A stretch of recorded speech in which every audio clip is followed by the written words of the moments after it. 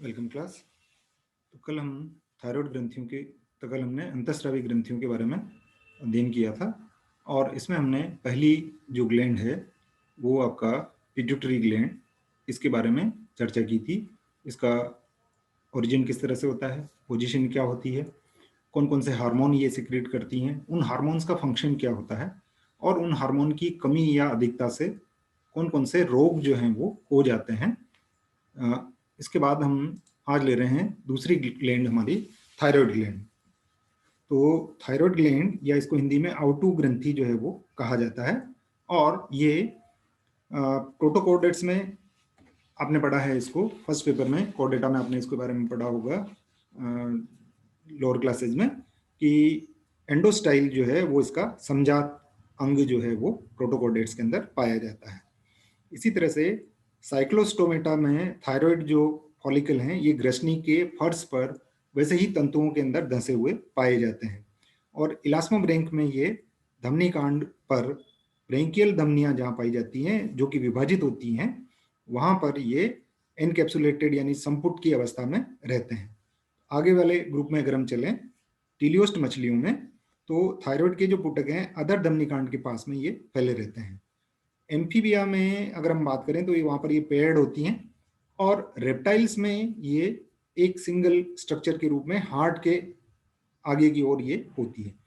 पक्षियों में भी ये पेयर्ड होती है और मनुष्य में या स्तनी की अगर हम बात करें तो बाइलोब्ड जो है हमारा लेरिंग्स के नीचे ट्रेकिया के दोनों ओर ये जो कार्टिलेज होती है क्रिकॉइड कार्टिलेज वहां पर एच की आकृति के रूप में ये पाई जाती है।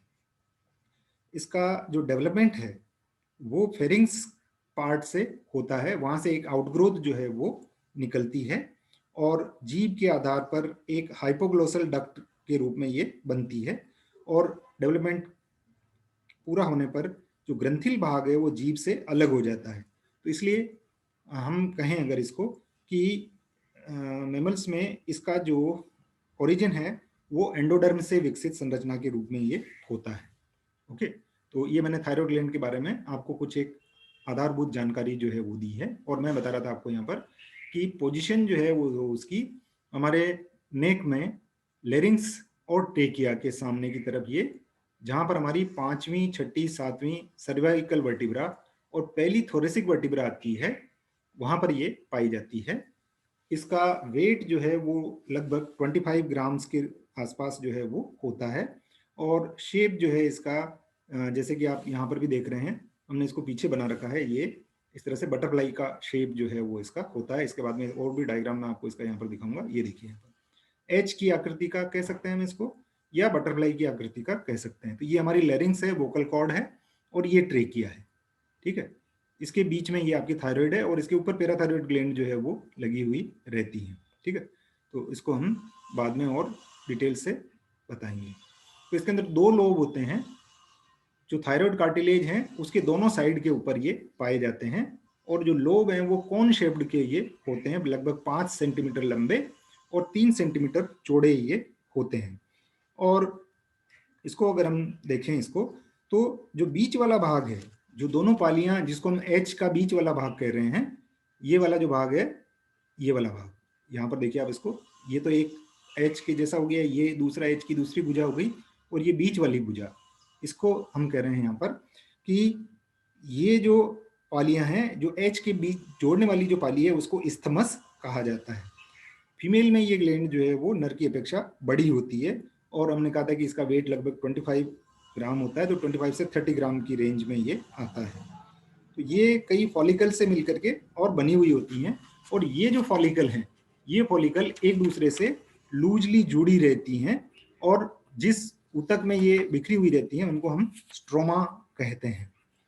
तो इनकी जो सेल्स है उसको सी सेल्स जो है वो कहा जाता है और मुख्य रूप से भ्रूण में जो पांचवा ब्रेंकियल पाउच होता है ये उसके अवशेष जो हैं वो होती हैं। तो स्टोमा में रक्त केशिकाएं का एक घना जाल जो है वो बना हुआ रहता है और जो पुटकों की भित्ति है उसके अंदर आपको क्यूबॉइडल एपिथेलियल सेल्स मिलेगी जो कि सिक्रीशन का काम यहाँ पर ये करती है। और इसमें जो बीच का जो भाग रहता है पुटक के बीच का जिसको हम अवकाश या अवकाशिका गुहा जो है वो कहते हैं, उसके अंदर एक कॉलॉइडल प्रोटीन भाग जो है वो भरा हुआ रहता है, ग्लाइकोप्रोटीन ये होता है, जिसको कि हम थायरोग्लोबुलिन कह रहे हैं। ठीक है, तो ये अधो और अधिथायरॉयड धमनियों के द्वारा रक्त प्राप्त करती है, और तंत्रिकाएं जो इसके साथ जुड़ी रहती हैं वो है आपका सिंपैथेटिक और पैरासिम्पैथेटिक ग्लैंड जो है वो जुड़ी हुई इसके साथ में रहती है। तो इसको ब्लड की जो सप्लाई होती है वो बताया मैंने भी आपको कि ये सुपीरियर और इंफीरियर थायराइड आर्टरीज के थ्रू होती है, और इससे जो ब्लड निकलता है वो वापस जो ले जाया जाता है वो थायराइड वेन के द्वारा ले जाया जाता है। ठीक है, अब ये थायराइड ग्रंथि जो है वो थायरोक्सिन हार्मोन का सिक्रीशन करती है, तो इसमें मोनो, डाई, ट्राई और टेट्रा आयोडोथायरोनिन का सिक्रीशन ये करती है, लेकिन मुख्य रूप से ये T3 और T4 ट्राई आयोडोथायरोनिन और टेट्रा आयोडोथायरोनिन, जिसको कि हम थायराइड हार्मोन जो है वो कहते हैं। तो ट्राई आयोडोथायरोनिन जो है वो टेट्रा आयोडोथायरोनिन की अपेक्षा अधिक सक्रिय होता है, लेकिन इसकी जो सक्रियता होती है वो स्थिर नहीं रहती है।